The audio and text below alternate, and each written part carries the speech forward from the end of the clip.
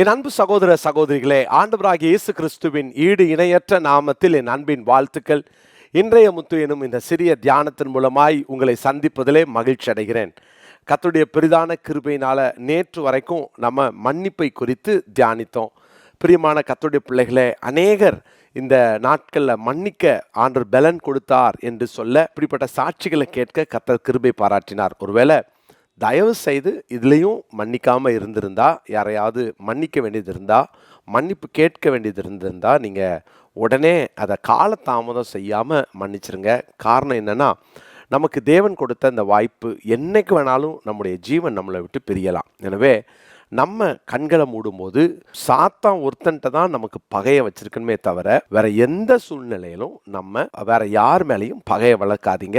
தேவனுடைய கிருபையினால ஆண்டவர் நம்ம எல்லாருக்கும் அந்த கிருபையும் மன்னிப்பையும் கட்டளையிடுவாராக. பிரியமானவர்களே, அப்படி மன்னிக்கும் போது நம்ம சில உபத்திரவங்களின் வழியாய் கடந்து போவோம். நான் இந்த நாட்களில் ஒரு 2-3 நாட்கள் உபத்திரவத்தை குறித்து நான் பேச விரும்புகிறேன். கிறிஸ்தவ வாழ்க்கையில் கண்டிப்பாக உபத்திரவங்கள் உண்டு. சில உபத்திரவங்களின் வழியாய் நாம் நடத்தப்படுவோம். நமக்கு உபத்திரவங்கள் உலகத்தில் உண்டுன்னு சொல்லி இயேசு சொல்லி கொடுத்தார். அதில் எந்த மாற்று கருத்து இல்லை. உபத்திரவம் கிடையாது அப்படின்ற உபதேசம் வேதத்துக்கு புறம்பான கள்ள உபதேசம். அது கல்ட் அப்படின்னு சொல்லி நம்ம ஆங்கிலத்தில் சொல்லுவோம் இல்லையா? அது எச்சரிக்கையாக இருக்கணும். ஆனால் வேதத்தில் சங்கீதக்காரன் 119 சங்கீதம் 71 வசனத்தில் இப்படியாய் சொல்லுகிறார். 119:71 நான் உபத்திரவப்பட்டது எனக்கு நல்லது. யாராவது இப்படி சொல்லுவாங்களா? உபத்திரவத்தை நல்லதுன்னு சொல்லுவாங்களா? உங்களுக்கு உபத்திரவம் உண்டு அப்படின்னு நம்ம சொன்னால் உடனே எதுக்கு நமக்கு சும்மாவே படுற உபத்திரவம்லாம் பத்தாதான்னு தான் நம்ம நினைப்போம். அதாவது நம்ம போய் நெருப்பில் கையை வச்சுக்கிட்டு சுட்டுக்கிட்டு நான் உபத்திரவப்பட்டுட்டேன்னு சொன்னால் அது தமிழில் சொல்ல போனால் கொழுப்புன்னு சொல்லுவாங்க. ஆனால் நம்ம ஆண்டவருக்காக சில காரியங்களை நம்ம செய்யும் பொழுது, கீழ்ப்படியும் போது சில உபத்திரவங்களை நம்ம சந்திப்போம். உதாரணமாக நீங்கள் மன்னிக்கும் போது அங்கே நீங்கள் சிறுமைப்படுத்தப்படலாம், அல்லது சிலரை உங்கள் வாழ்க்கையில் சிலருடைய அந்த அணுகுமுறைகளில் வித்தியாசங்கள் இருக்கலாம். பிழைக்க தெரியாதவனே அப்படின்னு சொல்லலாம். நீங்கள் கொஞ்சம் இறங்கி போகும்போது, விட்டு கொடுக்கும்போது உங்கள் தலையில் ஏறி நடந்து போகிறத போல இருக்கலாம். இதெல்லாம் கர்த்தருடைய பிள்ளைகளே, நாம் கண்டிப்பாக சந்திக்க வேண்டிய உபத்திரவங்கள். நீங்கள் அப்படி சிறுமைப்படுத்தப்பட்டு நீங்கள் ஆண்டவருக்காக கர்த்தருடைய வார்த்தைக்கு கீழ்ப்படுகிறதுனால நீங்கள் சந்திக்கிற இந்த பாடுகளை தான் உபத்திரவம் என்று சொல்லுகிறோம். அப்போ இந்த உபத்திரவங்கள் தவிர்க்க முடியாது. நீங்கள் கிறிஸ்தவராக இருப்பதனால பாடுபடுறீங்க. அதை தான் அப்போஸ்தலனாகிய பேதுரு எழுதுகிறார். நீங்கள் கிறிஸ்தவராக இருப்பதனால் நீங்கள் பாடுபட்டால் வெட்கப்படாதீங்க. ஏன்னா நம்ம மூலமாக கர்த்தர் மகிமைப்படுவார். இதை சங்கீதக்காரன் சொல்கிறாரு, உபத்திரவப்பட்டது நல்லதுன்னு சொல்கிறாரு. பிரியமானவர்களே, நல்லது. ஏன் நல்லது? நீங்கள் ஆண்டவருக்காக சில கீழ்ப்படிதல், சில காரியங்களை விட்டு கொடுத்து நீங்கள் பொறுமையாக போகும்போது நீங்கள் சந்திக்கிற இந்த சவால்கள் ஒரு நன்மையாக மாறும். என்ன நன்மை? சில உபத்திரவங்கள் நமக்கு ஆசீர்வாதமாக மாறும், நல்லதாக மாறும். 3 வசனங்களை நான் உங்களுக்கு சுட்டி காட்டுறேன். 1 71 வசனமே, 119:71 நான் உபத்திரவப்பட்டது எனக்கு நல்லது, அதனால் உமது பிரமாணங்களை கற்றுக்கொள்ளுகிறேன். இங்கே சங்கீதக்காரன் சொல்லுகிறார், நான் கற்றுக்கொள்ளுகிறேன் என்று சொல்லுகிறார். பிரமாணங்களை கற்றுக்கொள்ளுகிறேன். அப்போ தேவன் முதல்ல அவருடைய பிரமாணத்தை கற்றுக் கொடுக்கிறார். எப்படி வாழ வேண்டும் என்று கற்றுக் கொடுக்கிறார். வேத வார்த்தையின்படி வாழ நமக்கு கிருபை தருகிறார். எனவே நல்லது. என்ன காரணம் என்னன்னா, நாம் கற்றுக்கொள்வதற்கு இந்த உபத்திரவம் நமக்கு உதவியாக மாறும். நம்பர் 1.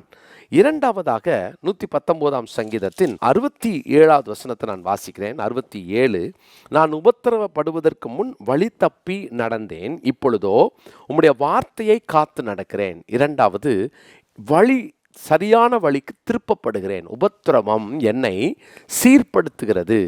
பிரியமானவர்களே, உபத்திரவம் கற்றுக் கொடுக்கிறது. இரண்டாவது, உபத்திரவம் என்னுடைய வழி, பழைய வழி, உபத்திரவத்திற்கு முன்பு நான் வழி தவறி நடந்தேன். இப்போ உபத்திரவத்தை தேவன் என் வாழ்க்கையில் அனுமதித்து என்னை வழி திருந்த செய்கிறார். யோசித்து பாருங்க, இளையகுமாரன் எல்லாத்தையும் செலவழிச்சதுக்கு அப்புறம் சாப்பாட்டுக்கு வழி இல்லாத நிலைமையில பன்றி தின்கிற தவிடு, வாழ்க்கையில் அவமானங்கள், இப்போ தானா அப்பா கிட்ட வரணும்னு அவன் திரும்புறான். பார்த்தீங்களா? உபத்திரவப்படுவதற்கு முன்பு வழி தவறி நடந்தேன். இப்போ வழி சீர்படுத்தப்பட்டது. ஆண்டவர் என்னை சரியான வழியிலே நடத்துகிறார். கர்த்தருடைய பிள்ளைகளே, ஆண்டவர் இரண்டாவதாக சீர்படுத்துகிறார். மூன்றாவதாக உபத்திரவத்தினால வர மூணாவது ஆசீர்வாதம் என்ன தெரியுமா? ஏன் நல்லதுன்னு சொல்றாரு? ஒன்று, கற்றுக்கொள்கிறேன். இரண்டாவது, சீர்படுத்தப்படுகிறேன். மூன்றாவது பாருங்க, ரோமருக்கு எழுதின நிருபம் 5ஆம் அதிகாரத்தின் 3வது வசனத்தை படிக்கிறேன். ரோமர் 5:3. அது மாத்திரமல்ல, உபத்திரவம் பொறுமையையும், பொறுமை பரீட்சையையும், பரீட்சை நம்பிக்கையையும் உண்டாக்குகிறது என்று நாங்கள் அறிந்து. உபத்திரவம் பொறுமைக்குள்ளாக என்னை நடத்துகிறது. இல்லைனா பொறுமையை என் வாழ்க்கையில கடைப்பிடிக்க இந்த உபத்திரவம் உதவி செய்கிறது. பிரியமானவர்களே, உபத்திரவம் வரும்போது தான் நம்ம பொறுமைசாலியாக மாறுவோம். ஒருவேளை ரொம்ப உபத்திரவம் பிரதர், பொறுமை இழந்துட்டேன் அப்படின்றாங்களே, அது நான் சொன்ன மாதிரி கையை நம்மளே நெருப்பில் சுட்டுக்கிட்டு அந்த டென்ஷன் ஆகிற கதை.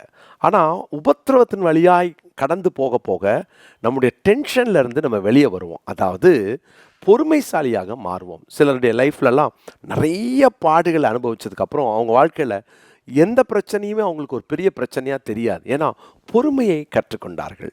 அருமையான கர்த்தருடைய பிள்ளைகளே, அதுதான் இங்கே வாசிக்கிறோம். உபத்திரவங்களிலே மேன்மை பாராட்டுகிறோம். இன்னைக்குரிய மனப்பாட வசனமாக ரோமர் 5:3-4 இன்னைக்கு குறித்து கொள்ளுங்க. அது மாத்திரமல்ல, உபத்திரவம் பொறுமையும், பொறுமை பரீட்சையையும், பரீட்சை நம்பிக்கையும் உண்டாக்குகிறது என்று நாங்கள் அறிந்து உபத்திரவங்களிலேயும் மேன்மை பாராட்டுகிறோம். ஆண்டவர் இந்த நாளில் இந்த உபத்திரவங்களின் வழியாய் கடந்து போகிற உங்கள் வாழ்க்கையில் ஆண்டவர் நிறைய காரியங்களை கற்றுக் கொடுப்பார், சீர்படுத்துவார் வழியை. மூன்றாவது, பொறுமையை ஆண்டவர் நமக்கு தந்தருளி அவரை பிரதிபலிக்கிற ஒரு வாழ்க்கைக்குள்ளாய் நம்மை நடத்துவாராக. உபத்திரவத்தை கண்டு சோர்ந்து போகாதீங்க. நிச்சயமாய் அவைகள் நம்முடைய ஆசீர்வாதமாய் மாறும். ஜெபம் பண்ணலாமா? பரிசுத்தமுள்ள பிதாவே, இந்த நாளுக்காக நன்றி செலுத்துகிறோம். உபத்திரவங்களின் வழியாய் கடந்து போகிற நம்முடைய பிள்ளைகள் யாராக இருந்தாலும் இன்னைக்கு ஆண்டவரே அது நல்லது, அது நல்லதுக்காக தான் அப்படின்றத நம்முடைய பிள்ளைகள் அனுபவிக்கத்தக்கதாக இந்த வசனத்தின் மூலம் எங்கள் கூட பேசினதற்காக ஸ்தோத்திரம். இந்த வார்த்தை தொடர்ந்து எங்களை உருவாக்கட்டும். எங்களை விட்டு கொடுக்கிறோம். இயேசுவின் நாமத்தில் ஜெபிக்கிறோம் நல்ல பிதாவே, ஆமென்.